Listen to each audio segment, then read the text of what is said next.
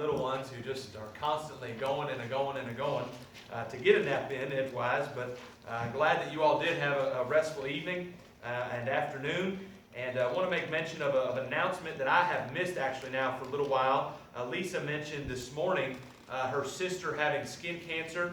And her sister's name, by the way, is going to be added to the bulletin. Her name is Onita Tilden, and she has skin cancer. She, I think, shared this with me a few weeks ago and gave it to me on a visitor's card, and that visitor's card, for whatever reason, did not make it to in front of my computer. And Hannah, I think, found it at one point and reminded me of it. We were talking about it today. And Lisa also mentioned it this morning for Bible class. So let's keep Onita Tilden in our prayers, and as well as Lisa, Gary, and of course Jason. I'm sure that that's a difficult thing. I know that I've had family members that have had skin cancer. It's not a fun experience. Lots of operations sometimes need to occur, etc. So let's keep Anita and the Holcombs in our prayers. This evening, what we're going to do is we're going to think about a little bit of what Paul was dealing with and Timothy was dealing with back in the first century, and notice some descriptors and some ways in which Timothy is commanded to be, and the way in which he is also described by the Apostle Paul. And think about it in the context of what it was ultimately they were going through, what it was that they were facing. Likewise, what it is that we face and what it is we go through, and how we can be encouraged by these exhortations given by Paul to Timothy, as well as the very ways in which he is described by the Apostle. We're going to look at several verses and several passages throughout the Scripture, and we're going to begin by going through the letters of Timothy, but we'll also notice some other areas where Timothy is called and mentioned and named certain things in a similar light. So let's begin in 1 Timothy chapter 4, and look with me here in verse 12. 1 Timothy chapter 4 and verse 12. Let no man despise thy youth, but be thou an example of the believers in word and conversation and charity and spirit and faith in purity. Preaching the gospel is certainly something that is a great blessing. Paul noted it as a gracious opportunity bestowed before him by God in Ephesians chapter 3. But it is something likewise that can at times be not very effective if it is not done in unison with a lifestyle that is likewise being lived according to that which is being preached. And so Paul here is noting to Timothy that indeed, because of his youth, he could be despised, but he doesn't need to be discouraged by that, but needs to focus in on being an example of the believers in word and conversation and charity and spirit and faith and purity. Paul likewise would notice a need for himself to take heed of these very commandments, and recognizes that if he himself is not careful, then he likewise could fall or fail to remain steadfast in being faithful to the Lord and be ineffective in his efforts to preach, but also be cast aside in regards to salvation.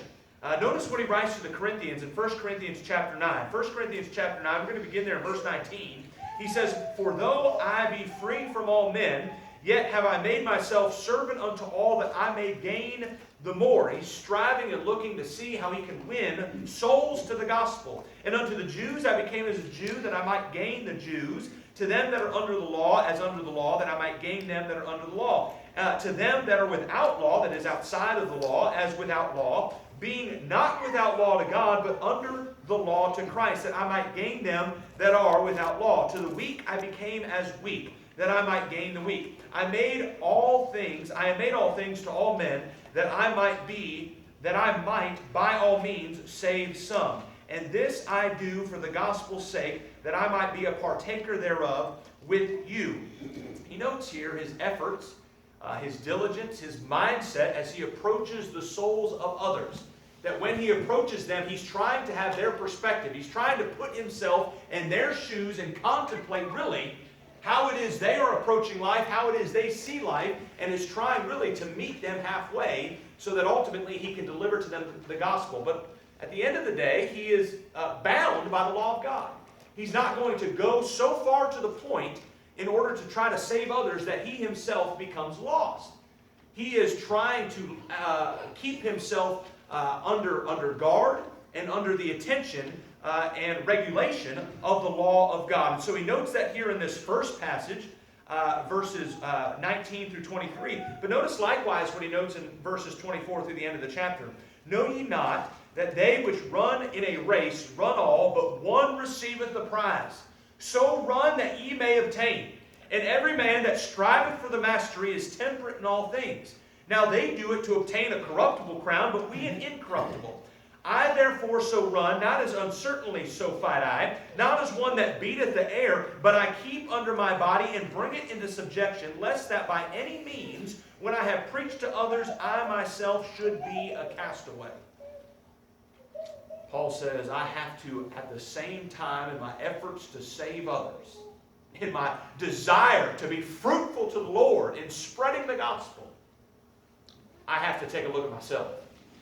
I have to look in the mirror. You've maybe heard preachers say before, they get up and stand before the brethren, that they are preaching to a mirror. That there's a mirror in front of the pulpit. Hannah knows that I would go on preaching throughout the day, mainly and usually because of the issues that I have in my own life. And Paul is stating here that what he's focused in on, yes, indeed, is to be fruitful and win the race, but that at the same time, he needs to be temperate and buffeting himself so that he is not cast away. And so as he then is charging the young preacher Timothy in 1 Timothy chapter 4 and verse 12, we see that Timothy is being exhorted to be an example. Don't allow the folks that the fact that some may despise you, discourage you. You need to be an example. You need to continue to press on. Notice he also says in verse 16 there, take heed unto thyself. Timothy, you need to focus in on you. Take heed to yourself and unto the doctrine. Continue in them, for in doing this thou shalt both save thyself and them that hear thee. And so Timothy is charged, number one, to be an example. And there's a great deal that we can learn from and think of in that regard. Not only of all that Paul and Timothy had to endure, all the temptations and the idolatry and the corruption and the wickedness that existed throughout the Gentile regions in that time and day, but also we can translate it to our society now. And we can say, you know what, I don't have an excuse. I can't say, well, you know what, all those that are around me are filled with wickedness and are constantly influencing me and tempting me and living a life completely void of Scripture and any spiritual thought whatsoever. So let me just kind of cozy up to their side a little bit and it'll all just be fine. No, folks, we need to continue on being an example. Just as Timothy was being charged here back in the wickedness of the first century and all the challenges that he faced, not only regarding the spiritual temptations, but also the persecution and the temptation to just give up the gospel so that they would not have to endure afflictions physically. He was to be an example. But he also was exhorted to be a man of God and was actually called and defined as a man of God. Look with me in chapter 6 there, 1 Timothy. 1 Timothy chapter 6, and look at verse 11. But thou, O man of God, flee these things, and follow after righteousness, godliness, faith, love, patience, meekness. Fight the good fight of faith. Lay hold on eternal life, whereunto thou art also called, and hast professed a good profession before many witnesses. Timothy is called here a man of God. Now, throughout the Old Testament scriptures, oftentimes prophets were referred to as men of God. Those who were doing the work of God, they were dedicated to serving the Lord in the respect of preaching and furthering his message. But also, Timothy would have been a man of God in the sense that he would have belonged to God. He would have belonged to God. Let me ask you this. Who do you think you belong to? Chances are, if you're older, you've probably detached yourself from your parents. You don't think you belong to your parents. You don't look at it as they own you. You probably don't look at your employer as someone who owns you, although you're constantly being bombarded with the reality that they think they own you. But chances are in this country, and if we're older, we probably are tempted to constantly think that we own ourselves. And that we are who we are because of us, and we are living the way we are living because of who we are and who we want to be. And that I am my own man, and I get to do whatever it is I want to do. Although our country is in many ways built off that principle, as Christians, that's not the mindset we're supposed to have. Our life is not our own, but rather our life is hid in God. Let me ask you this. Are you and I, living our life in that we don't try to live our life for ourselves and who we are, but ultimately are seeking to hide ourselves continuously in the Lord, wanting the world around us not to see us, but to see Christ? Paul writes to the Colossians in this regard in Colossians chapter 3, and states the following there in verse 1 beginning, "If ye then be risen with Christ, seek those things which are above, where Christ sitteth on the right hand of God. Set your affection on things above, not on things on the earth, for ye are dead, and your life is hid with Christ in God. When Christ, who is our life, shall appear, then shall ye also appear with him in glory." Paul is reminding the Colossae brethren that their concern about what they're passionate about what they desire and long for, is not to be that which is upon the earth, because ultimately they've died to themselves. They are no longer living for them, but they are now living ultimately for Christ. They are hid. Their life is hid with Christ in God. Christ is their life. Verse 4. Paul certainly had this mindset. If you look in Galatians chapter 2, in verse 20, he states the following: "I am crucified with Christ, nevertheless I live, yet not I, but Christ liveth in me. And the life which I now live in the flesh, I live by the faith of the Son of God, who loved me and gave himself for me." Paul was still living, but the life that he was living was no longer for himself.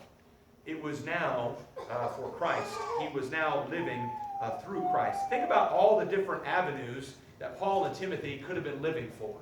I mean, they could have lived for Pilate, and they could have lived for the Roman government. They could have lived for the governors or the emperor.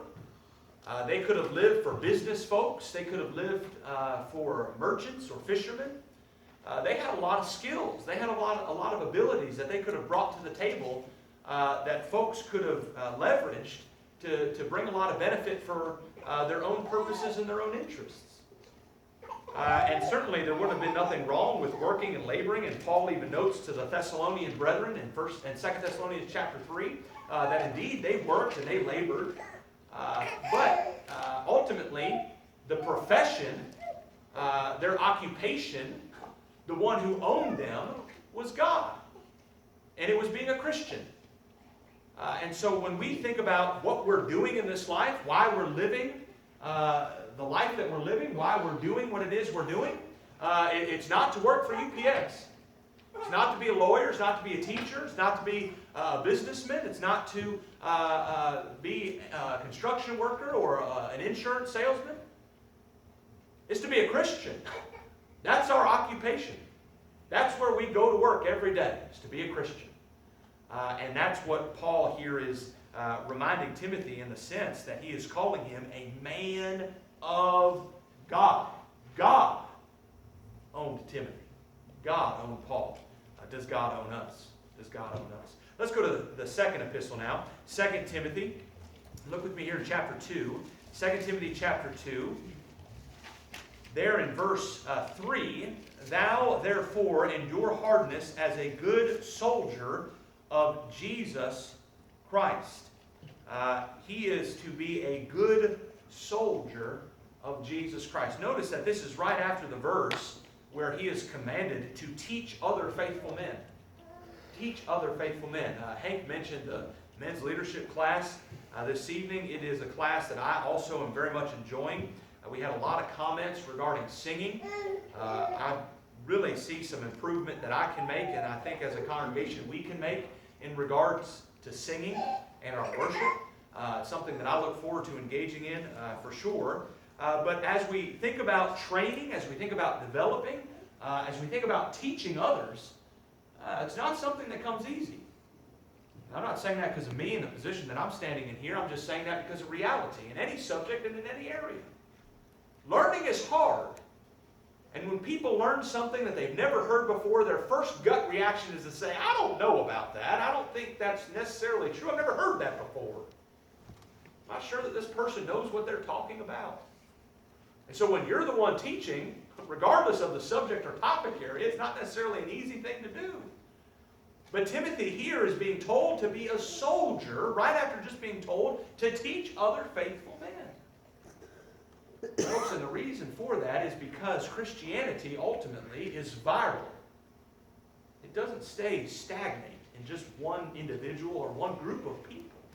It's supposed to spread. And it spreads when other folks are taught, and those folks are taught to teach, and they teach folks to teach so that they can teach others, and it goes on, so on and so forth.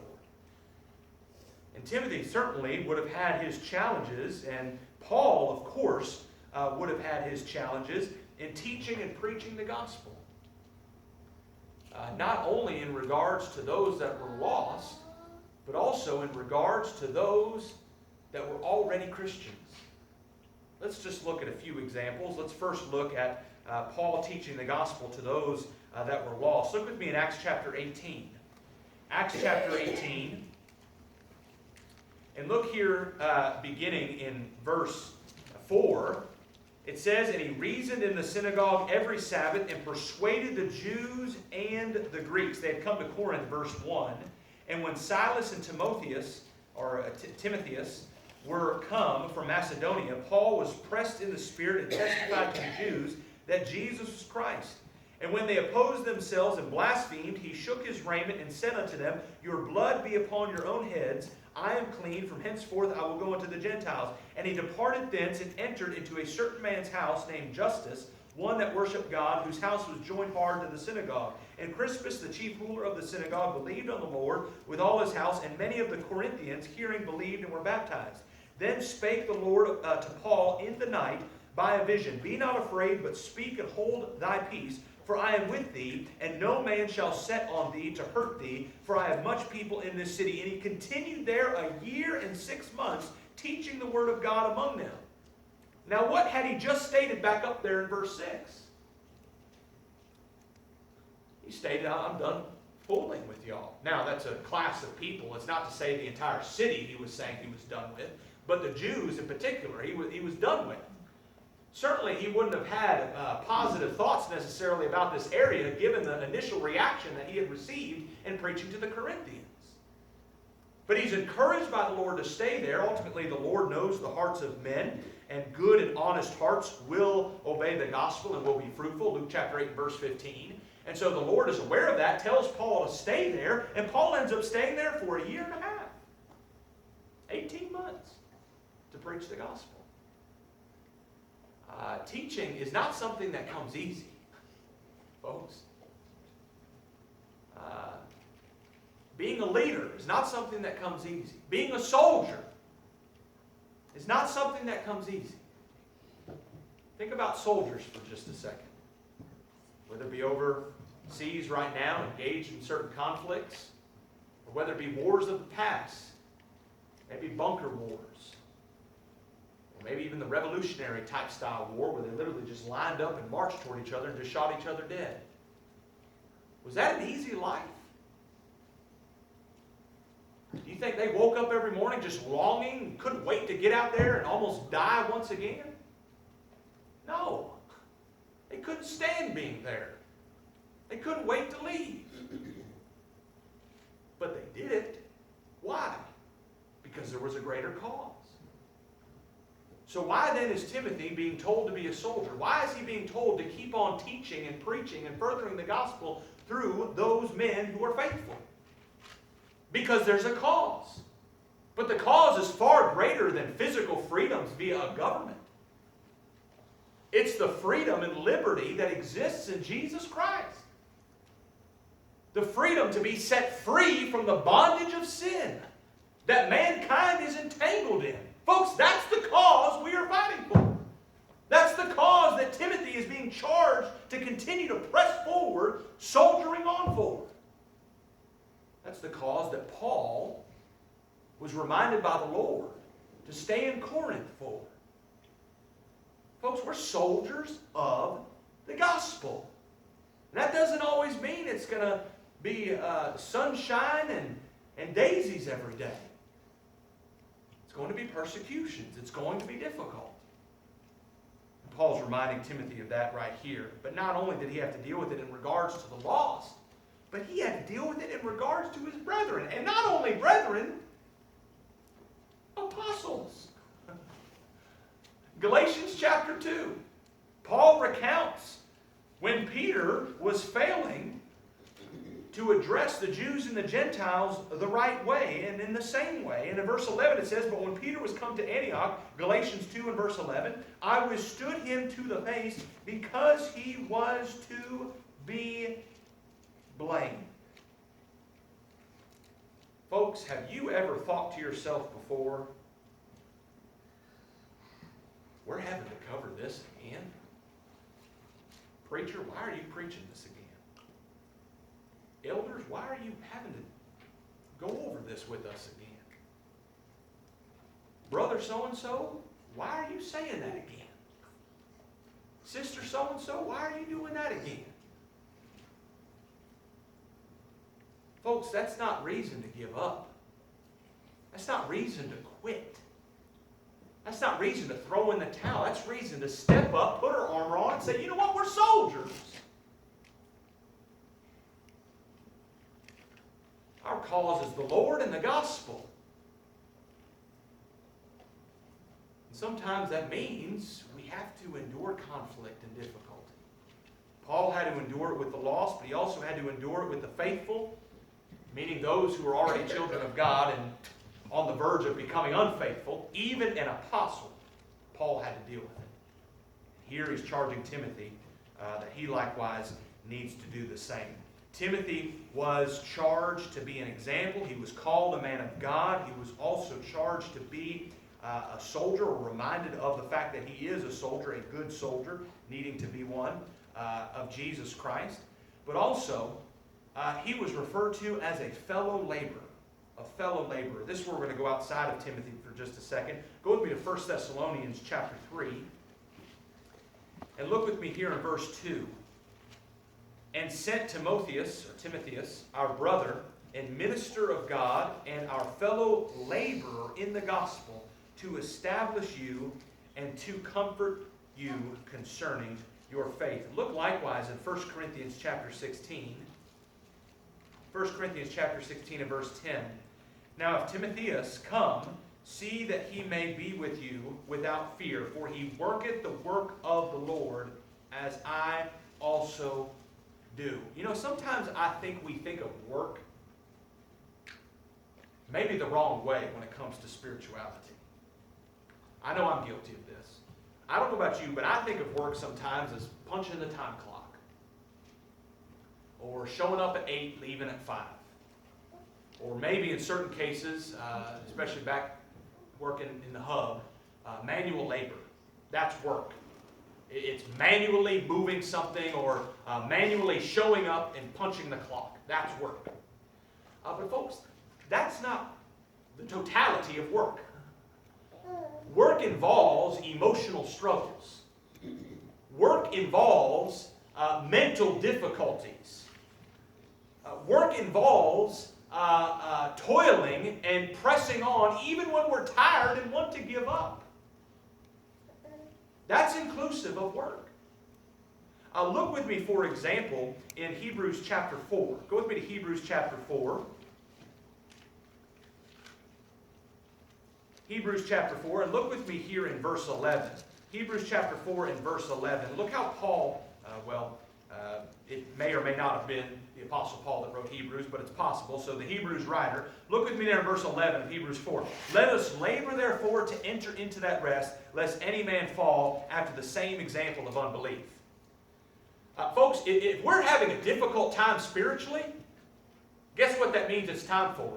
Kick it into high gear, work and labor. This word labor literally means toil to the point of weariness. God doesn't tell us to just be carried on into rest. God doesn't say just wait to be lifted up and others just drag you in or across into rest. God says we are laboring We are toiling to the point of weariness into that rest. And there are times when we will grow weary, mentally, emotionally, physically, spiritually, just be exhausted from it. But we can't grow weary in such a case. Maybe we have that situation come upon us, it seems like every day. But that's not reason to give up. It's actually reason to just recognize, hey, this is where the work kicks in. It's time to go. Notice what Paul writes to the Galatians in Galatians chapter 6. Galatians chapter 6, in verse 9, this is in the context of sowing seed.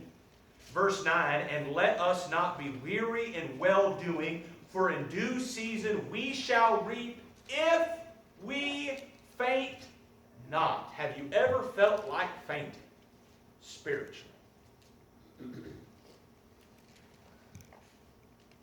I have.